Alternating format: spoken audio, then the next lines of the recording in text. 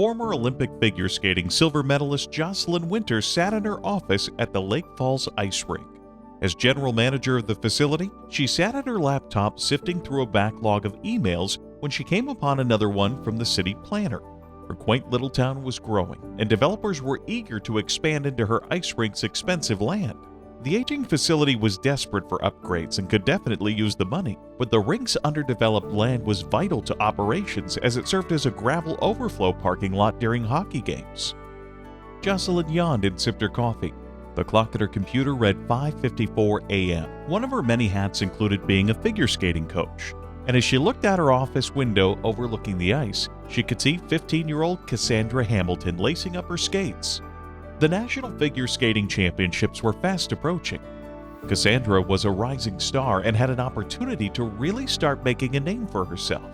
To finish near the top, she would need a powerful routine that highlighted her unique physical strength.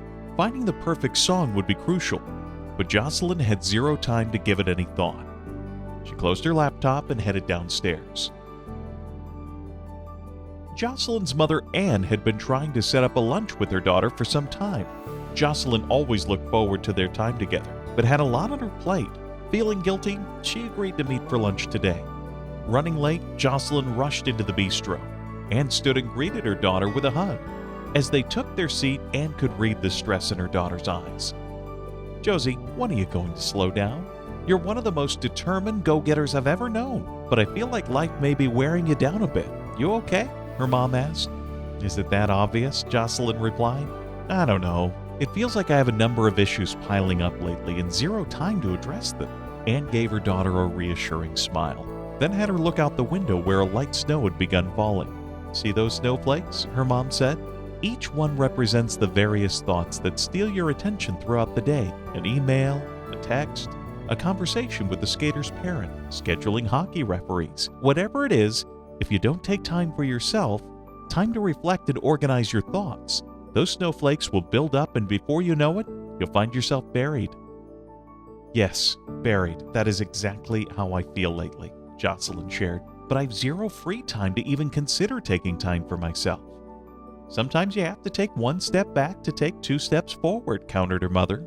"Though it may feel like you're falling behind further, you actually get ahead when you carve out space in your schedule for radical downtime." "Radical downtime?" Jocelyn asked. She'd never heard that term before. "Yes, it's a term that I read in a book recently called The Self-Driven Child. To promote mental well-being, children and adults need to embrace things like meditation, daydreaming, even sleep.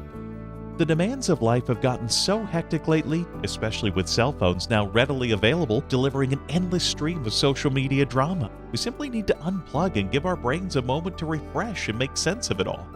Anne paused to let the concept sink in. Jocelyn looked over at the snowflakes continuing to fall outside. Anne could see her daughter's wheels turning. "How about this, hon? I know you spend a great deal of time upstairs in your office overlooking the ice. Why don't you use the Zamboni as a trigger? Every time you see it cleaning the ice, take a moment to lean back in your chair and allow yourself time for reflection." Jocelyn always appreciated her mother's advice and agreed to give it a try. Jocelyn was knee-deep in emails when she heard a rumbling outside her office window. Charlie, the rink's maintenance guy, had fired up the Zamboni. Jocelyn watched as Charlie shaved the ice clean in perfect, even rows. The new layer of ice always glistened so beautifully after each pass. She compared the pristine ice to her own mental well-being, and even admired how closely a Zamboni related to the snowplow her mother spoke of.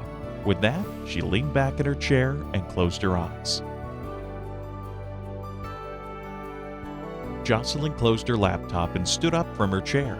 A giant clock out in the arena read 3:56 p.m. "Wow, I'm actually leaving work by 4 p.m. to enjoy a relaxing Friday evening," she thought to herself. She paused and reflected on all that she had accomplished this week. The choreography for Cassandra's figure skating routine was practically writing itself, as Cassandra was thoroughly embracing the song that she and Jocelyn had chosen together. Plus, she had devised a win-win strategy with the land developer. She would sell her gravel lot for construction of their corporate facility, with the stipulation that she have access to their parking lot after 5 p.m. and all through the weekend for hockey games. She was thrilled at the idea of more paved parking and couldn't wait to begin renovations of her aging ice rink with the money she would make on the deal. As she loaded her laptop into her briefcase and headed toward the door, she noticed Charlie rolling the Zamboni onto the ice. She looked back at her chair and considered taking advantage of another radical downtime session. "No, Jocelyn," she thought to herself as she headed towards the door, "your life is in order. You've earned an entire weekend to relax."